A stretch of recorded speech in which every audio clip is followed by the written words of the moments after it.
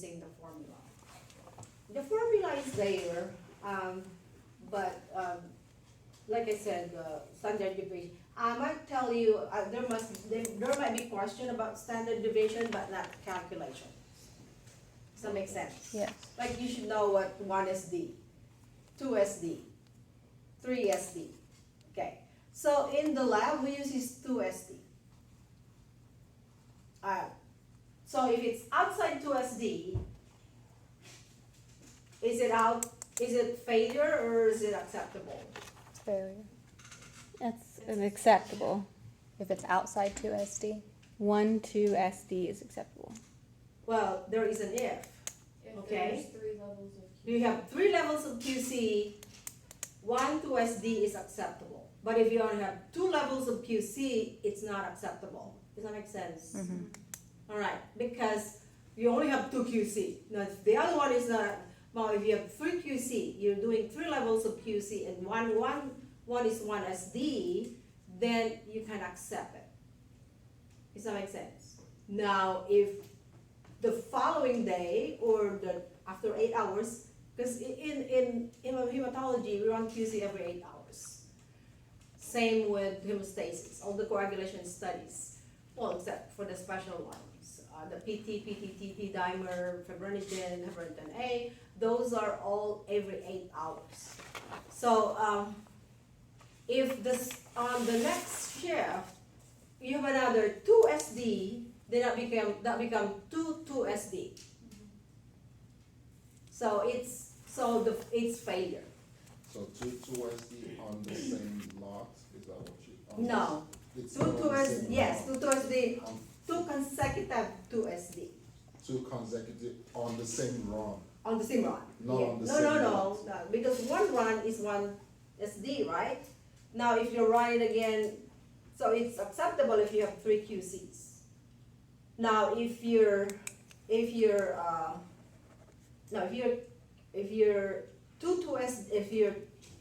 another SD that's consecutive, it's after the run. The next run would be 2 SD, then that's not acceptable. It's a failure. Even if you have 3 QC. Yes. 3 levels of QC. Regardless. Does that make sense? Yeah. So when you It's say consecutive. It's a consecutive 2 SD that's consecutive runs. That makes sense?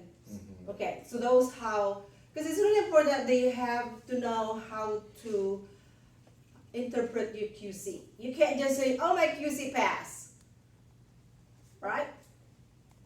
So you think it passed. You have to look at the graph.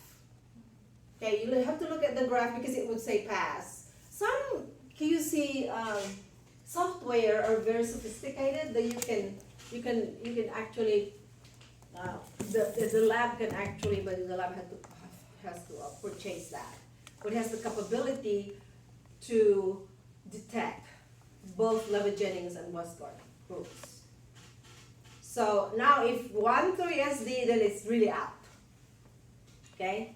So you remember the Gaussian curve?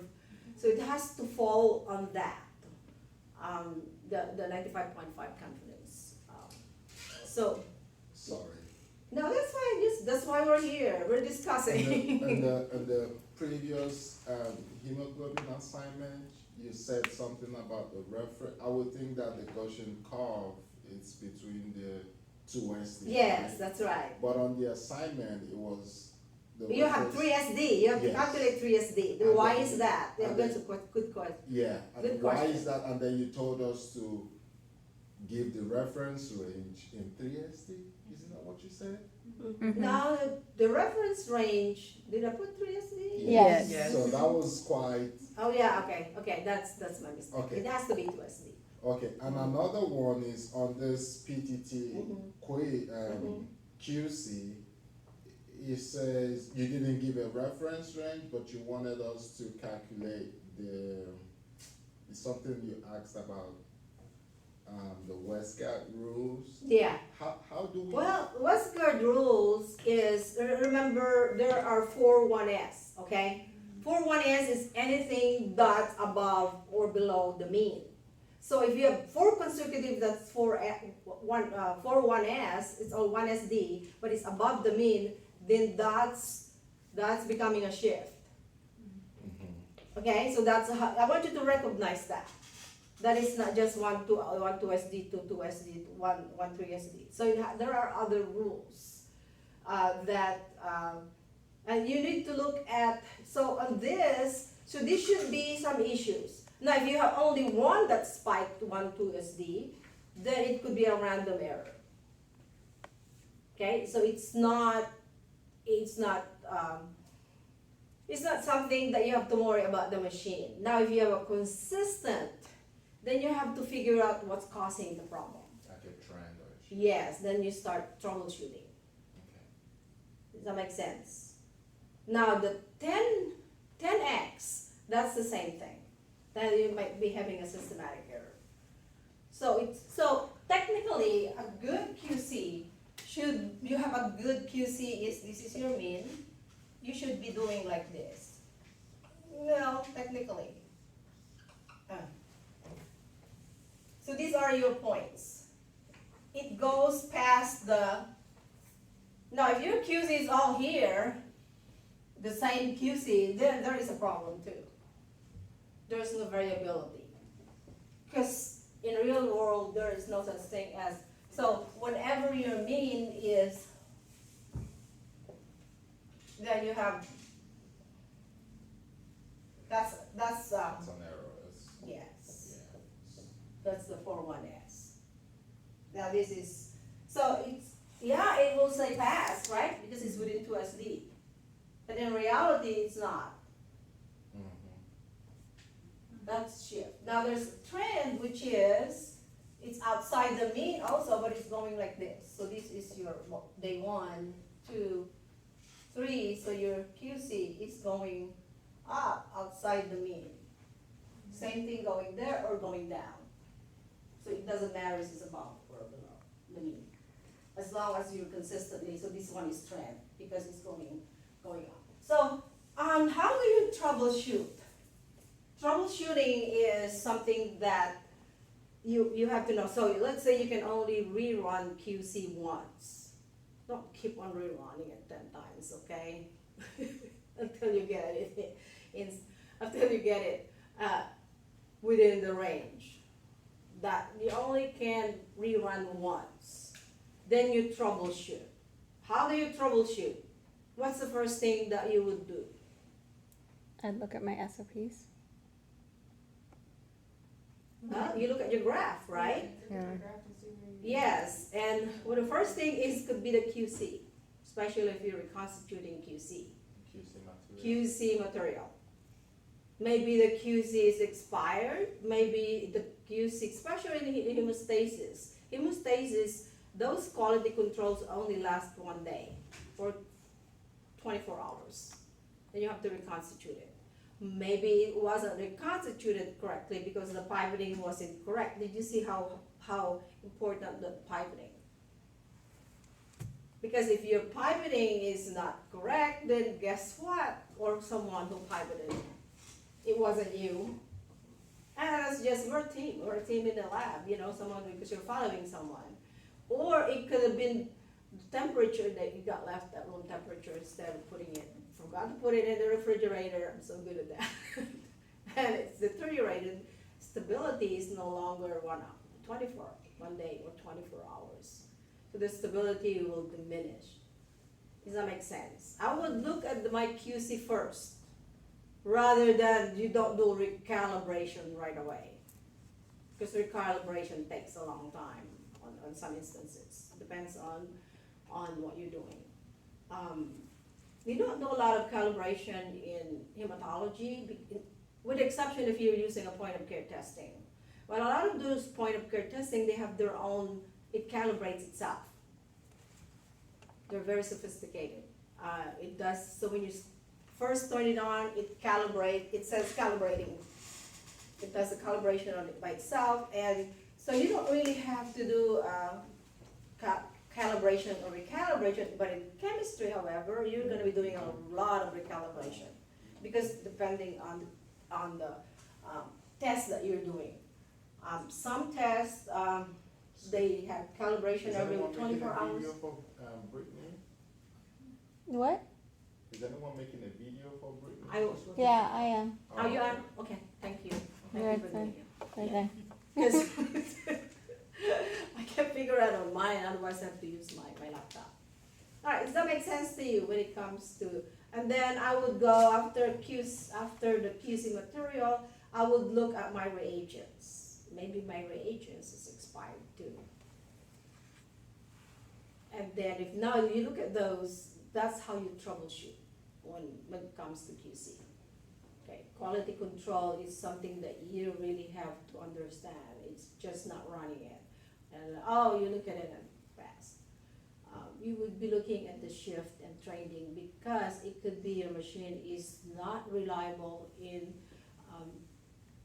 what it's giving you as a result. Okay, so that's why we're still here. The machine is not going to take over because now if your QC is out, then you cannot report any patient at all. You have to troubleshoot. What's that's yes. Typically, how long does it take to recalibrate? Depending on the test, on the recalibration. It varies from analyzer to analyzer too. So maybe it takes another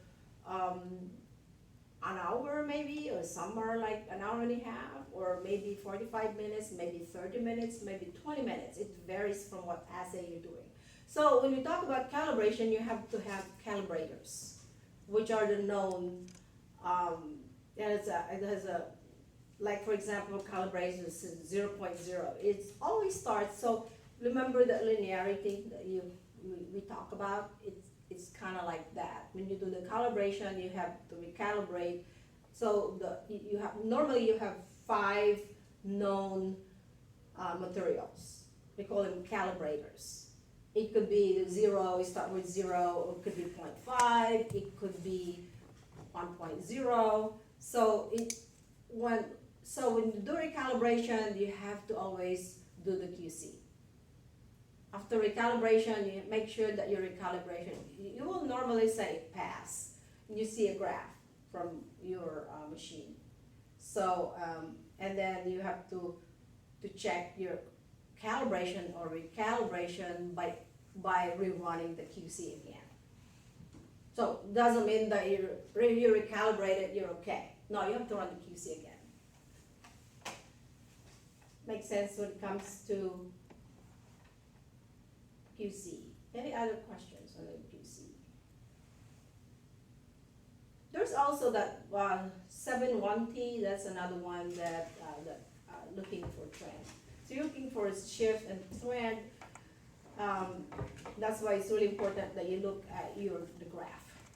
So the graph that you're making is going to be the same. And of course, if you have your graph if you have a lot of points, then your graph will be really long. Now, that's why it's really important to run QC on the lot-to-lot number concurrently. So you're running it concurrently with Batch and the old one. yes, from the old one to the new one. So you're running them both, the new lot number and the old lot number. So it's because you're gathering, you're establishing again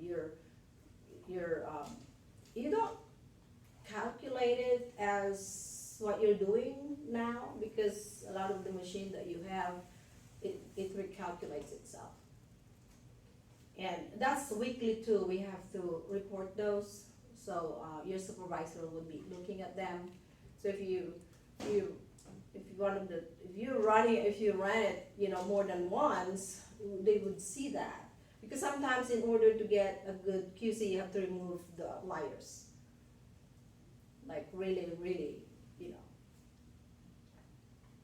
far from the mean. Maybe one of those is what it's you run the wrong QC, wrong level QC.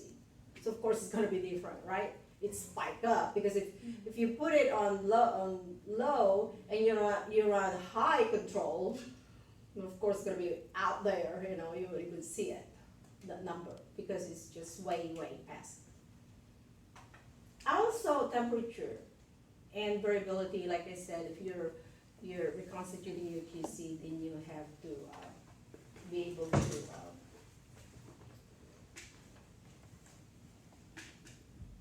so if the SD is low, your QC will be really tight.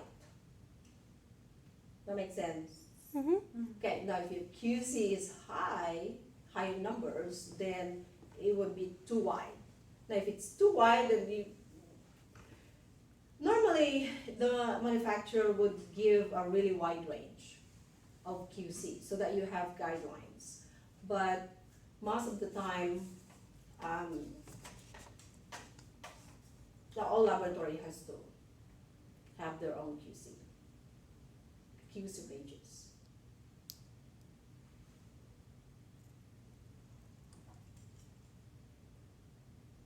In hematology, it uses 3SD, I think, yeah.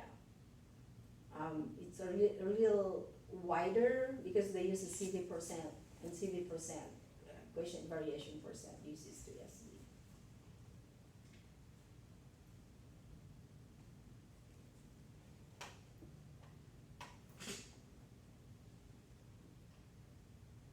Any other question? Yes. Can we go over the cell production line? Oh, yeah, we're gonna do that. Hold on. Let me look at I was looking at the PowerPoint here. You know, starting with the stem cell and then, The stem cells, okay. Well, they are different,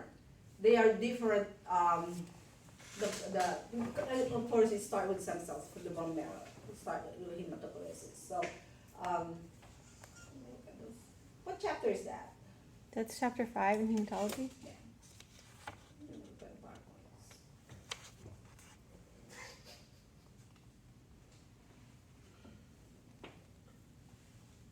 Well, so chapter 5 goes over generally just the red blood cell production, Yeah. where chapter 4 goes over the Yeah, other the red cells. blood cells. So because they're like, then you have the red blood cell production, they have the granulocytes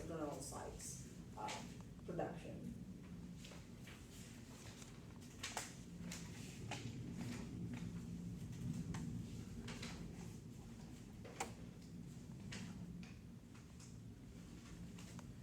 So start with blast. We see erythroblast. Okay, what does erythroblast look like?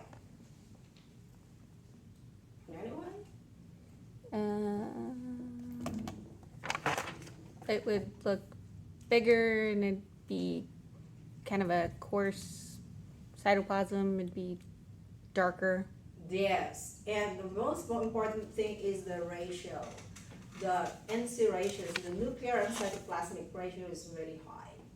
So when you see blast, you don't know what it is. It's a blast, right?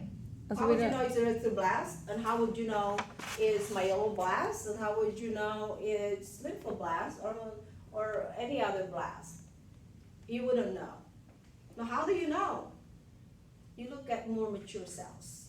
Okay. Yes. Because if you're having a blast, you have other more mature cells, like what's the next one? Rubriblast is the first one, right? For the red blood cell? Yeah. So rubriblast, what's next? So these are the maturation series, and a lot of times it's happening in the bone marrow. Okay, Yeah, so- what's the next one? From the protonormal blast From blast, yeah, normal blast, comes a normal blast. which is a lot of times, that's what it is. Basophilic normal blast? What is it? Basophilic? Yeah, normal blast. Okay, so what's the name for that? What's the other name? Reticulocyte? Reticulocyte is a lot more mature. Okay. Okay, so you have what do you call it? Probryocyte or pro-erythrocytic.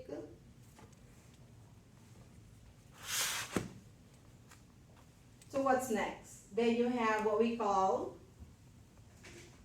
rubrocyte.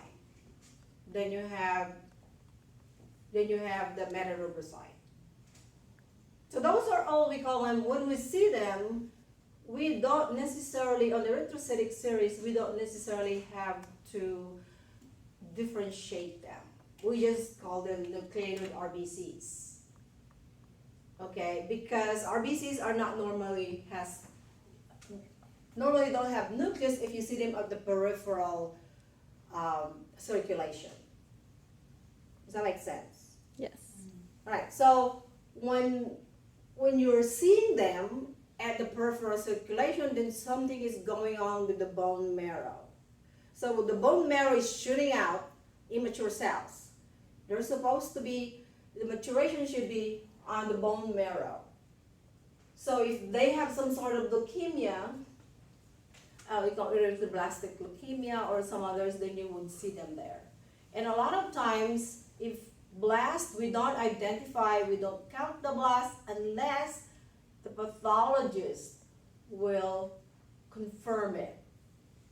Does that make sense? You don't report blast until, now if there are previous blasts that's been confirmed by the pathologist, then you can count it as blast. Now how do you know?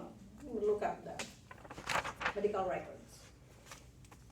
Because a lot of times they have what we call a pathology consult or peripheral examination by the pathologist.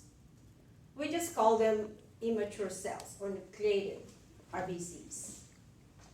Because normally they don't have, you don't see them at the peripheral smear. You don't, if they're immature. Does that make sense? So Yeah, getting so in. do you want us to know, like, the myeloid progenitor goes to the myeloblast, Yes. goes to the, you want us to know the processes? The process of how it Okay. is. It's, and the bigger, as you see, when there is the maturation series, they're big, right? Mm-hmm. And then then the ratio is becoming decreased. You'll see nucleated RBCs like normally from babies. But the nucleated RBCs, they're also reticulocytes, okay? They're basically both immature cells, red cells, the erythrocytic series. So if you're seeing them, like I said, then the bone marrow is not functioning properly, it's shooting out. It's not doing the maturation in the bone marrow, so it's with the patient having leukemia. And that's what we're gonna be talking about when we get into hematology too. We're gonna be talking a lot of anemias and leukemias. Okay, so this time we're just learning the cell itself. Okay, the red blood cells, like red blood cells. And there is also calculation whenever you see a lot of nucleated RBCs. We call them NRBCs. That's short for nucleated RBCs. So you need to know the maturation series. Also there are other names too. Is that confusing to you? That, reticulocytes are actually immature red cells, but it's also called polychromatophilic red blood cells. A little bit, but It's confusing, that's why I want you to know. whenever you were about- saying it, I was Yeah. like, Yeah, it's but like metarubrocyte. Metarubrocyte is also called orthochromatic nodoblast. Did you see how, that's why you need to know both names. Because when you take the board exam, it might be talking the other. Okay, so you need to know those. You just have to memorize it at this point until you get done, until you get done with your board exam. Because a lot of those, they still ask, what are they? But you see a lot of polychromasia, again, polychromatophilic RBCs are also called polychromasia. It depends on which lab, but most laboratory we call it polychromasia. Polychromasia is the non-nucleated, it's an immature cell that is non-nucleated. It's closer to the mature RBC. So if you're seeing a lot of blast, you're seeing a lot of more mature, well, because blast is immature, right? So you see the maturation series, it gets smaller. That's why it's really important that you look at them at low power field. Because you'll see them, they're huge. Especially on the retroblast. You would see a lot of them and really, really big. Yeah, low power. Don't jump into 50x, and I know it's really easy to do that. I do that too.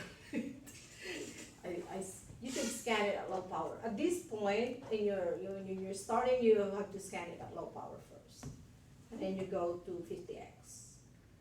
We don't use 40x in the lab. We do 50x or 100x. Okay, so 50x we're using here at 40. You look at that. That's how you do your platelet, your WBC estimate, and your differential. Now, how do you like that differential online? Do you like it okay? I would give you more of that so that you can practice more. Yeah. Because we're off. So when you're doing that, you don't skip. When you're doing a differential, you don't skip the cell because you cannot identify them. Well, you might skip one or two, but not like skipping all the time, okay? Now, if you can't recognize that you're doing a differential on the peripheral smear that you made, and you see a lot of basket cells or smudge cells, then you have to do an albumin slide. Now, how do you do an albumin slide? One drop of albumin and then something drop on the sample. Yeah, I would just make like 5 drops of red blood cell of whole blood, or and you add 1 drop. 1 drop, yeah. 1 to 4. 22% albumin. So it preserves the morphology when you're making slides, because sometimes they get really when especially when they get exposed, to when you're making them. That's another thing. If you're pushing it too hard, that kind of thing, or exposed to other conditions that they're on a medication or it's fragile. Those are red blood cells. So if you see a lot of smudge cells or basket cells, then you have to make an albumin slide. Now, also on your if there's not enough WBC, that would be a big problem. If you have a 0.1 WBC count, people who have cancers, they don't have a lot of WBCs. They get wiped out because they're chemotherapy.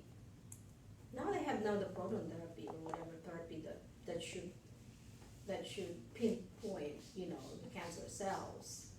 But most of the time you see white blood cells is very low platelets too. They come together. You see those cancer patients are like that, and then sometimes you won't. So you have to do what we call Buffy-coat. So what's Buffy-coat? Anyone? Coat in between when you separate or centrifuge it. Okay, very good. So it's the one in the middle. It's normally you'll see them, they're white, because there's the red blood cells at the bottom, the fat cells. There's the Buffy-coat in the middle. Okay, there's that portion, and then they have the liquid portion, which is the plasma of serum. Okay, so you don't. So when you talk about make a smear from Buffy-coat, is you remove the plasma. You have to get it from that area because that's where it's concentrated. Then you just make a smear from that. And that area has the Buffy-coat, has a lot of platelets And a lot of white blood blood cells. cells.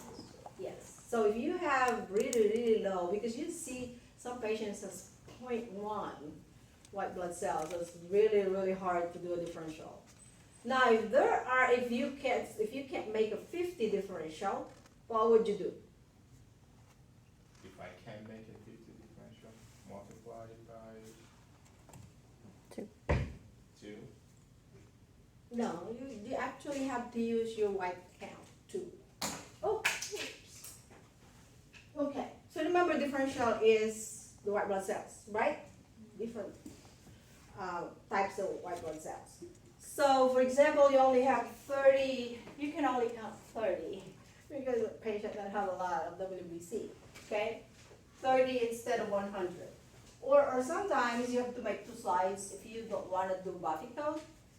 You can make 2 slides also, or 3 slides, and you count it from those slides. Okay, you don't count over and over what it is, okay, because there's not enough. Let's say your neutrophils is, your WBC is what? 2.0, that's really low. Now your neutrophils, overall you counted 30. Neutrophils, what would be, let's say, 5.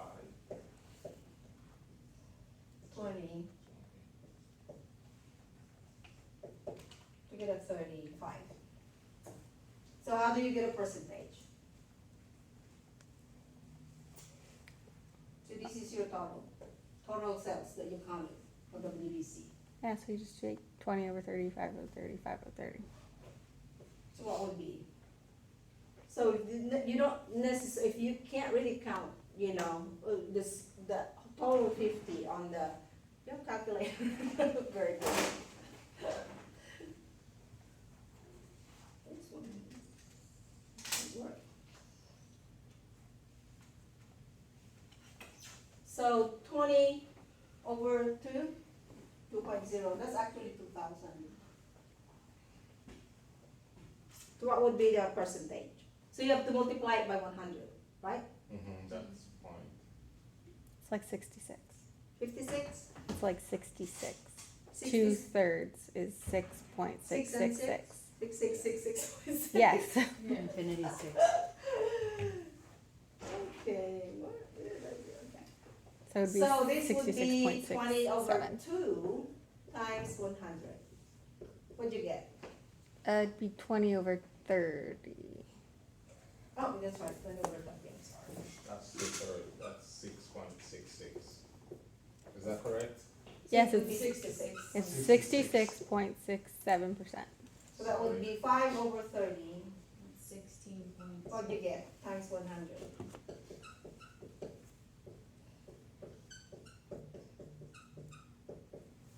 So what'd you get?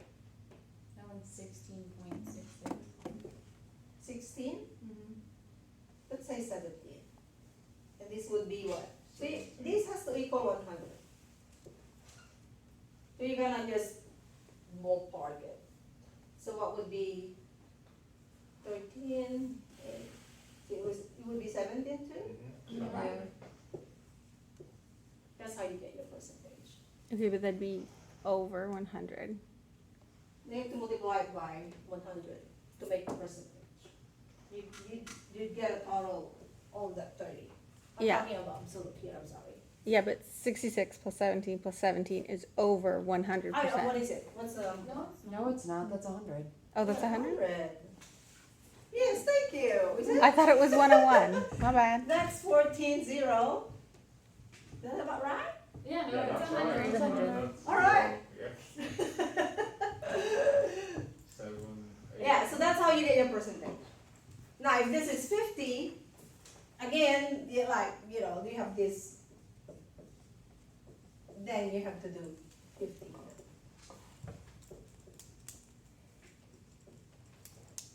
That makes sense? That's how you get your percentage when you're doing your not equal to 100. So do you round down when doing your Yeah, sometimes, percentages? yeah, because you have to equal it to 100. Okay. For example, like this one, this is 6 to, well, actually I run it off. It was 16.67. Yeah, so it's 17, that's fine. As long as this equal to 100, Yeah, 66. because we're doing a percentage. And then you rounded down on the 66. Because it, Yeah, yes. Okay. Mhm.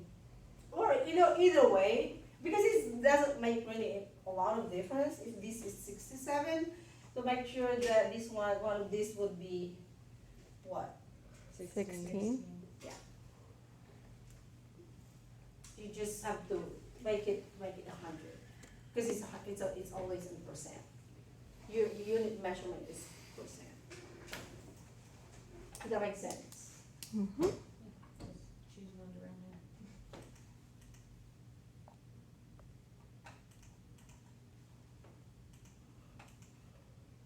I'm gonna look at these questions that I have here.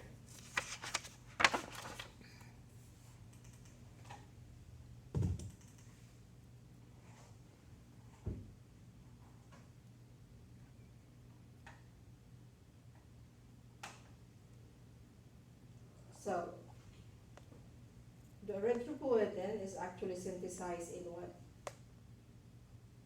organ? Erythropoietin. Sorry, what are you saying? Yeah, erythropoietin is synthesized, that means it's, actually they synthesize in kidney, okay, what else? I'm looking at your questions, so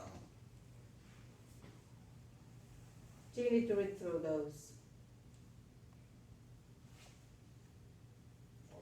So, this is chapter 5. A lot of this, I'm just gonna give you quizzes so that you can have a practice.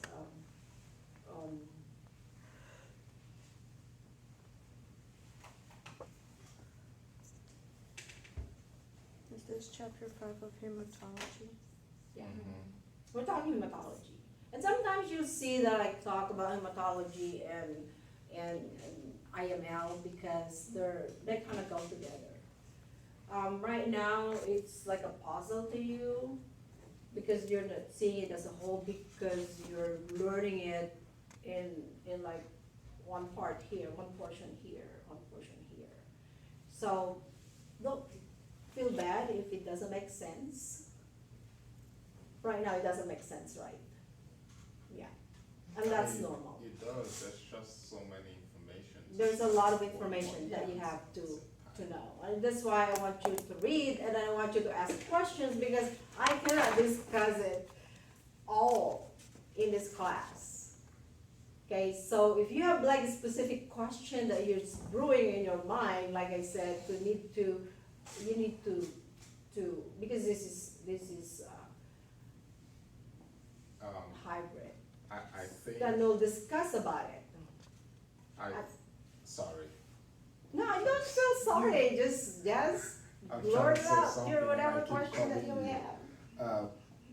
I think that the way the PowerPoints are for the hematology, I know, It's don't worry not about those really- PowerPoints. Okay. I really don't like those PowerPoints. okay, I'm gonna remove them because I'm making more the graphic that you see I like that. That's why it's taking me sometimes, cause I like for you to see the visual and what it is, what I'm talking about, because I don't like those PowerPoints, I have to redo them. I've been redoing them, so it's a working in progress, so bear with me. okay. I don't like them. Don't worry, we don't either. Huh? We don't either.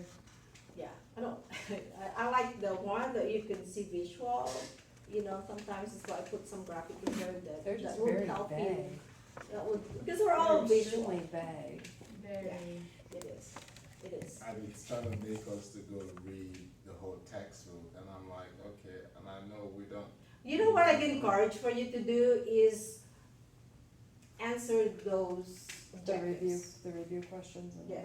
back. And then, don't do the review questions yet, what you do is, when you look at one chapter, as you read, write down or type in the objectives, and you go with that objective. You're talking about the objectives on. Objectives on the first, For at the slides beginning or of the on term. textbook? and the textbooks. Alright. Obviously, I just got it, right? Haven't really opened it. I have to reread the book also because it's, there's some new information there because I've been teaching hematology a lot. I only teach most the hematology so when you look at your first chapter, let's say the first chapter, and I was, okay, let's say chapter 3. Okay, chapter 4. If you look at chapter 4, you see the objectives on the first part. Okay, it says define hematopoiesis. So, to study this, you put a definition of hematopoiesis so you're able to study. You can put 3 by 5 and put them in there, what is hematopoiesis. Then at the back of the index paper, you would put the answer. Does that make sense? Okay? And then the next one is describe the evolution and formation of blood cells and embryo of the fetus to adult, and then you do anatomic size cells that are produced. Then I would put an answer. So you could, that's how you study. That's how you make your own study, yes. Would you recommend studying like this for intro to med lab as well? I'm sorry? Would you Intro, yes, all of them. All of your courses, as you go to other, if you want to pursue your education, that's all the courses you look, it starts as objectives. So you answer all those objectives, then you would know what your answer gonna be. And of course you have to read the textbook in order to answer them. So once you answer them, there are terminologies also that if you don't understand, You can. you Google it.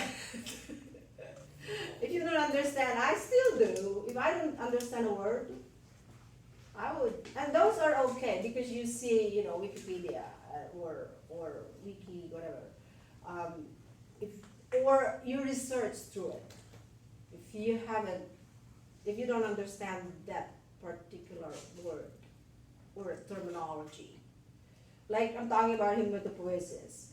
So, or what are the other here? Stem cells, if you don't understand cytokines, all these different theories. So you pretty much have to answer, and then after you get done with that chapter, the chapter 4 is not really. Then you answer the review questions. There are case studies also. You need to look at those case studies, and then when you get to chapter 5, then you look again at the objectives. Does that make sense on how you do it? Now, if you know that there are terminologies in there that you don't know, like let's say hypoxia. What's hypoxia? The lack of red blood Yeah. cells. So if you don't know what it is, then you could just investigate. That's how you study, okay? And of course because these courses is probably not as what you're used to, because we give you a lot of information, all this information that you need to know, because we're preparing you for your board exam. Because we want you to pass the board exam. So what's the point? Completing this course or this if you can't pass it, no matter what you do. So it's really important that you have to read, and investigate on what it is. You just don't start as so when you start talking about polychromasia, you don't know what polychromasia is, or you don't know what, so it's basically the same as polychromatophilic red blood cells.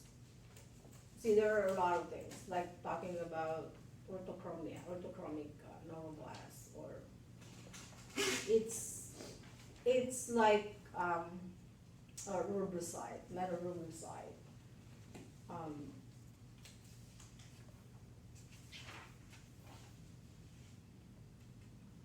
Always look at those objectives. Because a lot of times I get questions from those objectives too. Or case studies. Like it gives you this book, it tells you a lot of give you case studies. Try to answer that, and if you don't, then you can ask me questions, or we can talk about it in class. So you base all your tests off the case studies and the objectives that are used to you? Pretty much about the book. Okay. kind of discussions. Sometimes quizzes. I get it from the quizzes.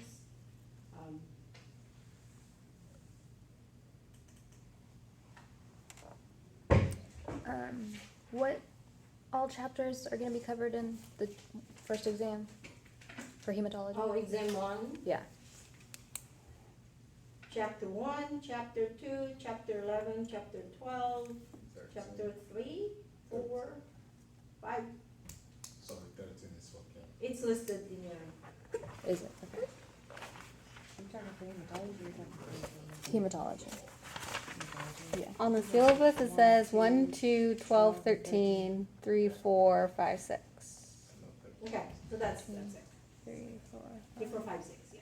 So you need to, we're gonna cover that. 1, 2, 3, 4, 5, 6, 13. Is it 12? And 12. 12 and 13. 12, 13. 11 is not there? No, Okay, 12 and 13, okay.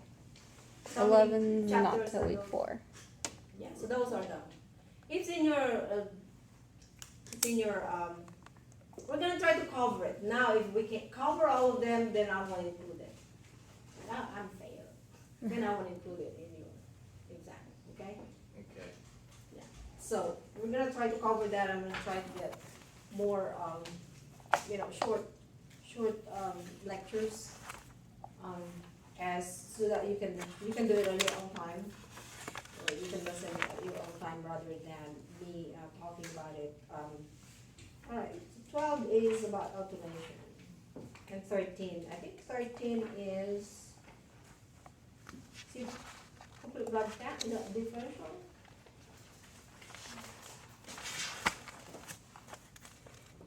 Examination of peripheral blood flow, okay?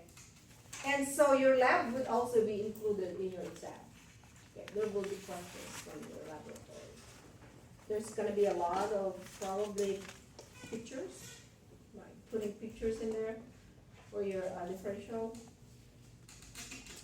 What would the lymphocyte would look like, a normal lymphocyte. I'm not gonna throw you abnormal cells, and RBC morphology. So RBC, maturation series, as well as the abnormal red blood cells when you do your RBC morphology. Yeah, so what would, let's say, basophilic stippling look like? That's abnormal. So including the inclusions. All the pictures that I gave you on your lab exercises. You need to study them. Okay. What would spherocyte would look like?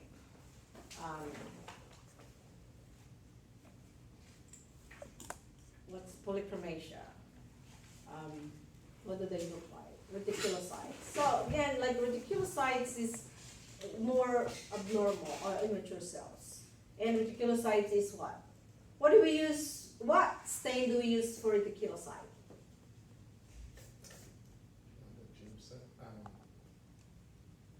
What stain do we use? So even if the automated machine is counting reticulocytes, it actually uses also dye. Okay, so which dye? Is that a James dye? No. That's a methyl blue and the Methylene blue. Methylene blue. Very good. It's also called soprovital stain or new methylene blue. Very good. So that's where, because you'll be able to see the RNA on those. So an automated machine, it uses also the same dye. It's just automated, but it uses a flow cytometry. That's why it's called polychromatic, because of the dye. Okay. All right. Polychromatic filling. Polychromasia. MCV, also the indices will be included in your exam. Okay. You need to know how to interpret if your MCV is low. What if your MCV is low? Is what would you do? What would you call it? MCV is low. Yes. Should we memorize the reference ranges in the front of the book? I'm not big on reference ranges because it varies from lab to lab. Okay. It's kind of like a ballpark, like MCV would be 80 to 100. You know what it is. And a lot of times if I give you something, I would mark it and flag it as high. Because it varies. So it's kind of like a ballpark on what would be the normal range. The NCV, a lot of times I give you a normal range when I ask a question. Okay. Okay. So you need to know the MCV, MCH, MCHC calculation of all of those. You need to know them. Also, so if you have MCV is low, what would you call them? Low MCV. What would you call them?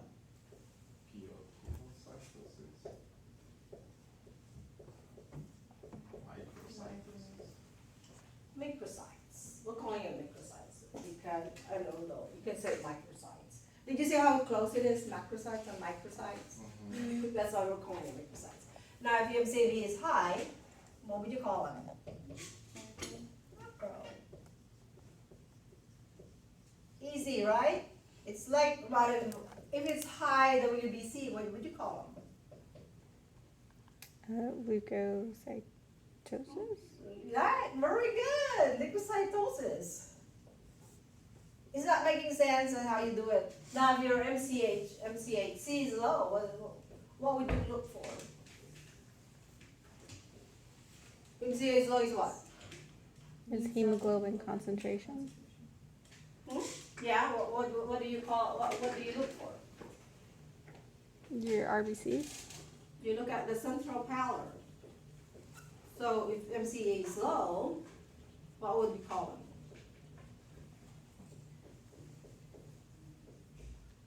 See, you need to know all of this. Hypochromia. Now, if your MCHC is high, what do you call them? Hyper. There is no such thing as hyperchromia. In the okay? book it mentions it though. No. You see high spherocyte sometimes. See MCHC if there is high MCHC. You don't see any central power in those. But there is no such thing as hyperchromia. We don't report hyperchromia. It mentioned it in the chapter 13 for I know. renal physiology. Yep, no such thing. We don't report hyperchromia, no such thing, okay? Now, sometimes MCHC, MCH would go together. So if this is low, this would be low too.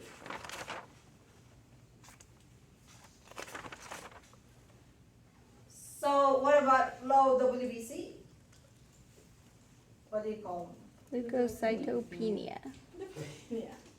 Low platelets. Thrombocytopenia. Thrombocytopenia, high platelets. Thrombocytosis. Thrombocytosis. Very good. See, those are really terminologies that you need to know, because those are important when you start working in hematology. You're learning hematology, you need to learn all these different, now, talking about polychromophilic, RBC, polychromasia. Polychromasia is, so what's the difference of the polychromasia? Why do we call it polychromasia? Variation. Or polychromophilic? I just put poly-RBCs, It's okay. the staining. That's right, and reticulocyte. They're both immature RBCs, non-nucleated. Okay, so the last nucleated RBC would be what? What do you call Normal blast. them? Which normal blast? Proelectrophilic. Is it orthochromic? Orthochromic. So these are both immature, non-nucleated RBCs. Well, the only difference is we're doing right stain or right GEMSA stain here. Now here, we are leukoprovidal stain or new methylene blue. There's something Stain. with the stain black. Okay. They're basically the same. We just use different stain. Because here, the new methylene blue or superviral stain, you'll see the RNA. And you get to see that. Isn't the GEMSA stain a blue stain? No, it's a GEMSA stain is a combination of light stain and GEMSA. Okay. they don't really, they just call them hematology stain 1, 2, and 3 because, it actually just a right stain. It's a combination. Cause that's why But I there's get, also the other stain, Romanovsky, right, Romanovsky.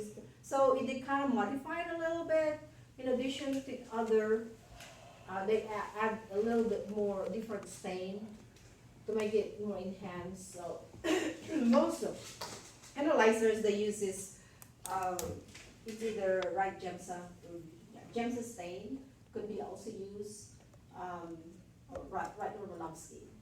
A lot of times, depends on what the analyzer, what methodology they're using, what stain they're using. Because they're actually, even the automated machine they uses, that's why you replenish that. And part of the right stain is we have to have a methanol for fix, as a fix of it, okay? Anything else that's real easy to remember?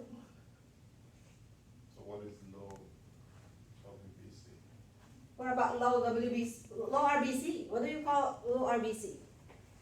Leukocytopenia? RBC. Erythrocytopenia. Erythrocytosis. Erythrophenia. Low RBC is, I'm gonna talk about rule of 3. Okay, what do you know about rule of 3? Rule of 3 is very important in evaluating your results.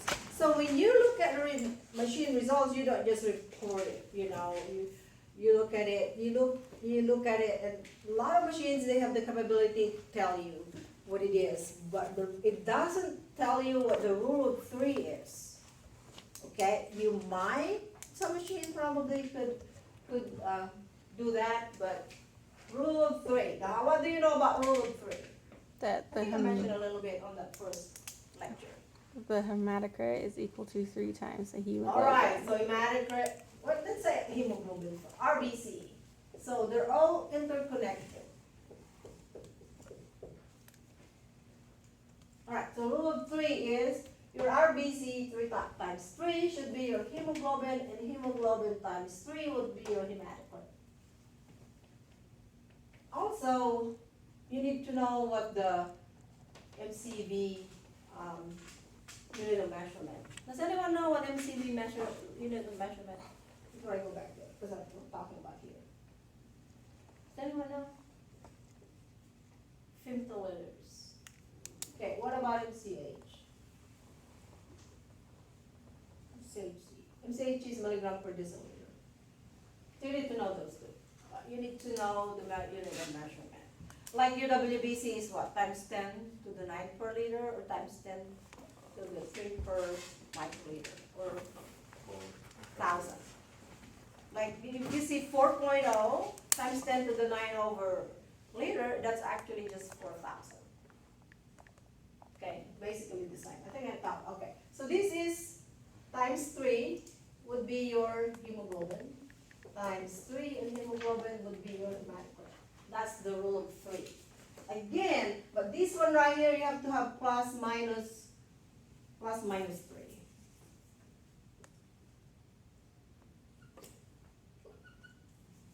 Also, it has to be within 3. Okay, give you an example. An example here, your RBC is 5.0. I think this is million. We're going to say 5.0 is actually 5 million. Okay? Okay, 5.0, so times 3 would be, so what's your expected hemoglobin? 15, What's your expected hematocrit? 45. 45, okay? So, but here, what I said plus minus 3 would be, what's minus 3? 12. About right? Yeah. Plus minus 3. So that would be a range. Did I lost you? Okay. Alright, here times 3 would be 45, plus minus 3 would be 42, 48. Am I right?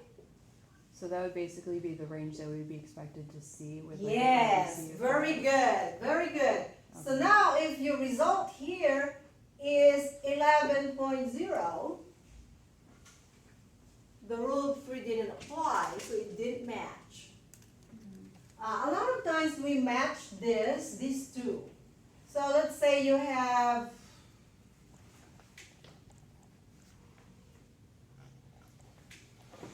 you have 40.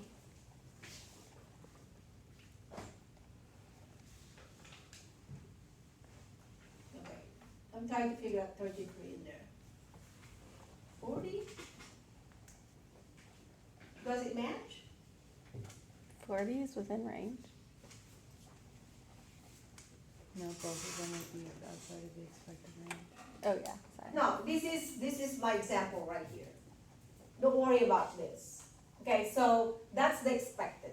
Let's say you have 5 RBC and you have 11 here. Disregard this. Disregard this.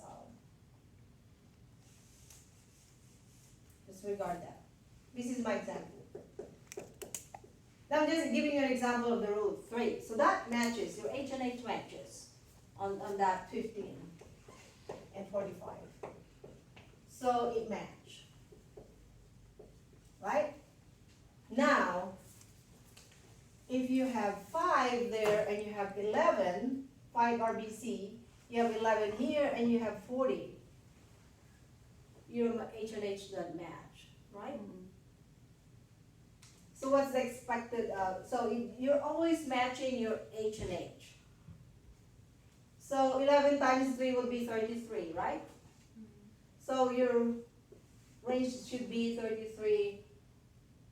Now, so this one, because it's high, so it doesn't match. Now what do you do if it's not matching? Well, there are instances that it's not matching, like you have, the machine would have what we call lipemia. It will not match. Or the patient has cold agglutinin. Okay, cold agglutinin is, it won't match. What else? Rouleau. Rouleau formation has something to do with RBC. Remember what Rouleau is? Anyone? What Rouleau? You know what Rouleau is?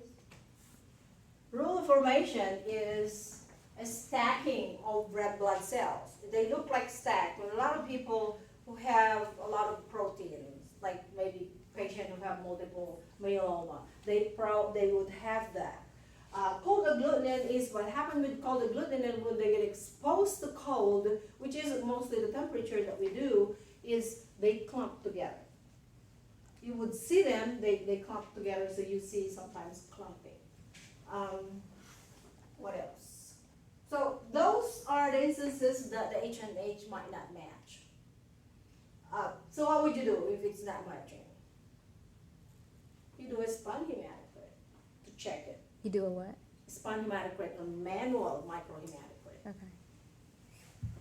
Spun crit, we call them. Okay. So you need to know those kind of lingo that we do. Basically, spun crit is just spun hematocrit or manual hematocrit. Manual hematocrit, what do we do with manual hematocrit? We just use a capillary tubes. You just fill it up with blood. Remember what you did in phlebotomy, some of you? I think you haven't done it here. We're gonna do a lot of exercise on that. And you just fill it up, you seal it, and you put it in centrifuge it, and we measure the hematocrit, which is just a packed cell volume. So we look at there's like a graph that we actually use to compare it, manual hematocrit. So let's say your manual hematocrit is 35, then you would change this machine result. Remember, these are machines result. You would remove that and put 35. Because it's still matching, right? It's still plus minus 3. So the expected in here is 33 to what? To what? 14? 48, no, 38. No, 35 to what?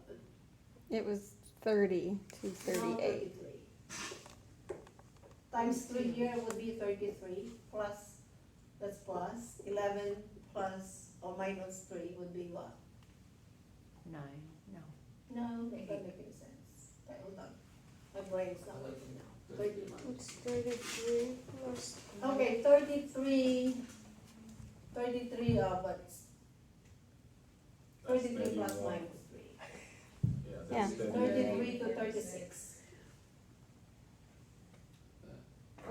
Thirty. Plus or minus 3, right? No, Be 32 it's to 36 38. to something, 38. Okay, 33 plus minus 3 is what? 30. That's 32. Yeah. Yeah. 32, okay. 33 plus 3. 36. 36, very good. There you go, we got it. I said 30. He So, knows what we're doing, it's all right. so here, if your result is between 30 to 36, then you're within H and H will match. It's within 3. It applies the rule of 3. Did I lost you? So it all has to start from the RBC.